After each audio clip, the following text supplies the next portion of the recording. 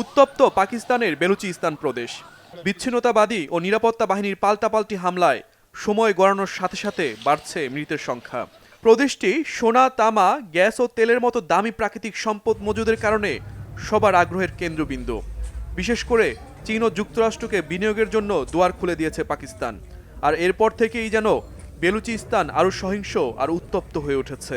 স্থানীয়দের অভিযোগ, তাদের সুযোগ সুবিধা না দেখে পাকিস্তান সরকার শুধু সম্পদের পেছনে ছুটছে।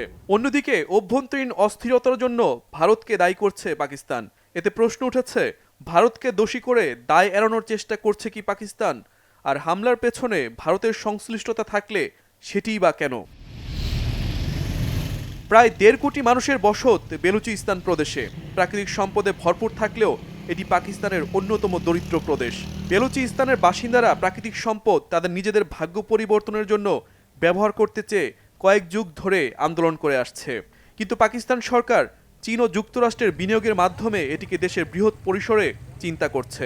এরই মধ্যে চীন সরকার বিভিন্ন প্রকল্পে বিশাল অঙ্কের বিনিয়োগ করেছে। খনিজ সম্পদ উত্তোলনের লক্ষ্যে যুক্তরাষ্ট্রের কোম্পানি USSM $500 মিলিয়ন একটি সমঝোতা স্মারক সই করেছে। তবে বিচ্ছিন্নতাবাদীদের আন্দোলন ও আত্মঘাতী হামলায় বেসামরিক নাগরিক সহ বিনিয়োগকারীরা ভোগান্তির মধ্যে আছে। 2025 সালে এ প্রদেশে অন্তত 254টি হামলার ঘটনা ঘটেছে। এটি আগের বছরের তুলনায় 26% বেশি। এসব হামলায় 400 জনের বেশি প্রাণহানি হয়েছে। হামলার পেছনে বেলুচ লিবারেশন আর্মি BLA সহ বিভিন্ন সংগঠন দায় স্বীকার করে আসছে। তবে পাকিস্তান সরকার এসব হামলার পেছনে ভারতকে দায়ী করে আসছে। অস্থিতিশীল পরিস্থিতির পেছনে ভারতের ইন্ধন রয়েছে বলে দাবি শাহবাজ শরীফ সরকারের। তবে ভারত বরাবরই এটি অস্বীকার করে আসছে। দিল্লি বলছে, পাক সরকার নিজেদের দায় লুকাতে ভারতকে টার্গেট করছে।